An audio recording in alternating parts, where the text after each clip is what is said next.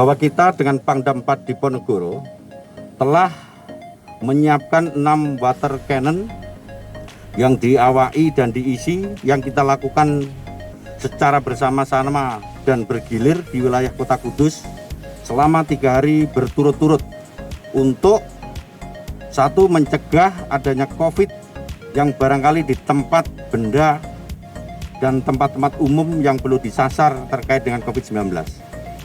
Kemudian yang kedua, kita telah melakukan upaya preemptif lainnya dengan jalan mengerahkan seluruh mobil penerangan, yaitu Pemdam, Pendam, dan pennya kita yaitu Humas Polri, sebanyak 27 kendaraan penling yang melakukan himbauan di 7 kecamatan wilayah Kudus. Dengan harapan penling ini adalah himbauan untuk mendidik masyarakat kita bahwa COVID di tempat kita itu masih merajalela, sehingga mereka terdidik atas himbauan itu terkait dengan prokes dan lain sebagainya. Kemudian yang ketiga, kita telah memBKO-kan dari Kesdam maupun Dokes kita dalam rangka percepatan penanganan swab, di mana di Kudus masih perlu adanya tenaga nakes terkait dengan tracing dan testing swab itu sendiri, sehingga kita dapat dengan cepat memetakan wilayah yang terpapar. Kemudian yang keempat, kita telah memBKO-kan Dokes dan Kesdam terkait dengan tenaga pemusalasan jenazah, sehingga diharapkan manakala masyarakat kita yang akan disemayamkan tidak ada alasan kita tidak siap, baik itu TNI maupun Polri.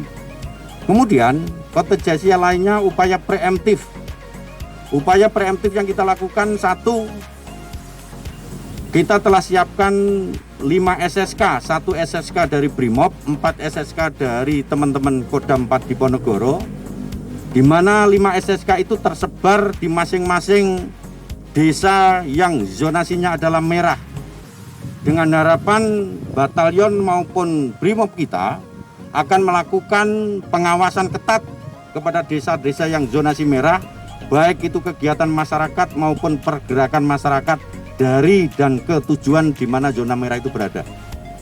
Kemudian preventif lainnya yang kedua, melakukan operasi justisi dengan maksimal, bisa siang hari, pagi hari, malam hari, di mana di dalamnya ada kekuatan TNI, Polri, dan Satpol PP, dengan tujuan masyarakat kita terdidik dengan kehidupan baru terkait dengan prokes di wilayah itu.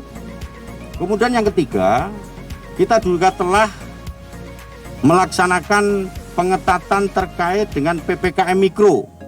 Jadi PPKM Mikro sudah kita efektifkan kembali. Di situ dari mulai Babin Kamtipmas, Babinsa, Lurah, dalam rangka pelaksanaan 3T dan 5M, sekaligus sebagai basis big data, di mana PPKM Mikro nanti akan bisa kita urai mana masyarakat kita yang sudah terpapar, di mana dia diisolasi, dan akan dikemanakan hasil isolasi yang telah dilakukan. Kemudian yang kelima, untuk wilayah Kudus, kita sudah memperkuat Ekskarisidenan Kudus untuk menyiapkan cara bertindak yang sama dengan menyiapkan rencana kontingensi yang semacam itu, dengan dilakukan penyekatan kesiapan daerah agar bahwa COVID wilayah Kudus tidak akan terjadi di wilayah Ekskarisidenan lainnya. Itu adalah rencana-rencana kontingensi yang kita lakukan. Kemudian langkah yang terakhir, kita juga telah menyiapkan 29 bus kendaraan yang kita gunakan untuk evakuasi dari 1.280